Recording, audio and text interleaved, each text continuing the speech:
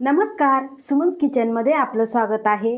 आज आपण काकडीची कोशिंबीर कशी बनवायची ते बघणार आहे। अतिशय पचायला हलकी फुलकी आणि आता कडक उन्हाळा लागलेला आहे आणि उन्हाळा म्हटलं की शरीरातील उष्णतेचा दाह कमी करण्यासाठी आपण काही ना काही थंड पेय पित असतो, ताक, मठ्ठा किंवा लस्सी पित असतो।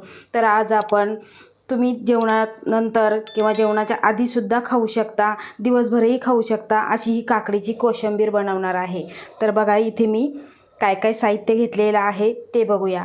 एक वाटी इथे फेटलेलं दही घेतलेलं आहे आणि एक मोठी काकडी किसून घेतलेली आहे। त्यानंतर 2 चमचे शेंगदाण्याचा कूट, एक हिरवी मिरची बारीक कट केलेली, थोडीशी कोथिंबीर, अर्धा चमचा साखर आणि अर्धा चमचा मीठ घेतलेलं आहे। तर बघा इथे मोठा बाउल घेतलेला आहे आणि त्या बाउलमध्ये आपण हे सर्व दही काढून घेणार आहे।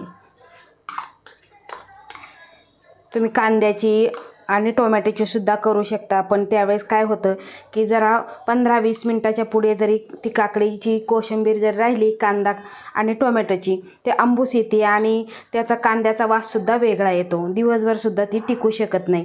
त्यासाठी बघा अशा पद्धतीने काकडीची कोशिंबीर करायची आहे। आपण ती जरी तेलकट खाल्लं, चिकन वगैरे जरी खाल्लं तरी पचायला जड जातं, त्यासाठी आपल्याला अशी काकडीची कोशिंबीर खूप फायदेशीर आहे।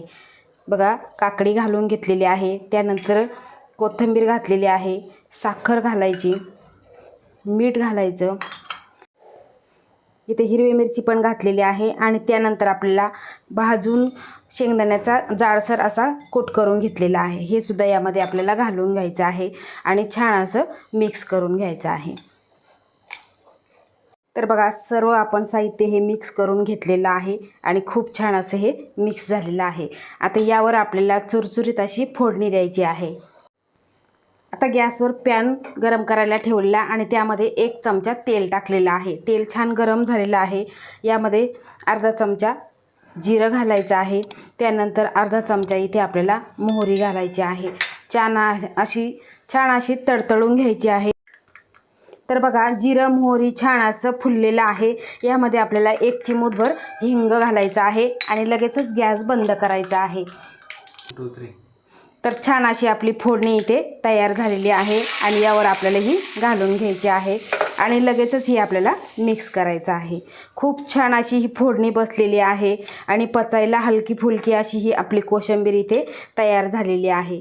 तर ह्या कडकडीत उन्हाळ्यामध्ये बाहेरून जर कुठून जरी जाऊन आलेलं असलं तरी आपल्याला सरबताच्या ऐवजी ही कोशिंबीर जरी तुम्ही खाल्ली तरी खूप असा आराम भेटतो। तर अशा ह्या सोप्या पद्धतीची तुम्ही कोशिंबीर एकदा नक्की बनवून बघा। आवडल्यास लाईक करा, शेअर करा, सबस्क्राईब करा आणि बाजूचं बेल आयकॉन बटन प्रेस करा। धन्यवाद।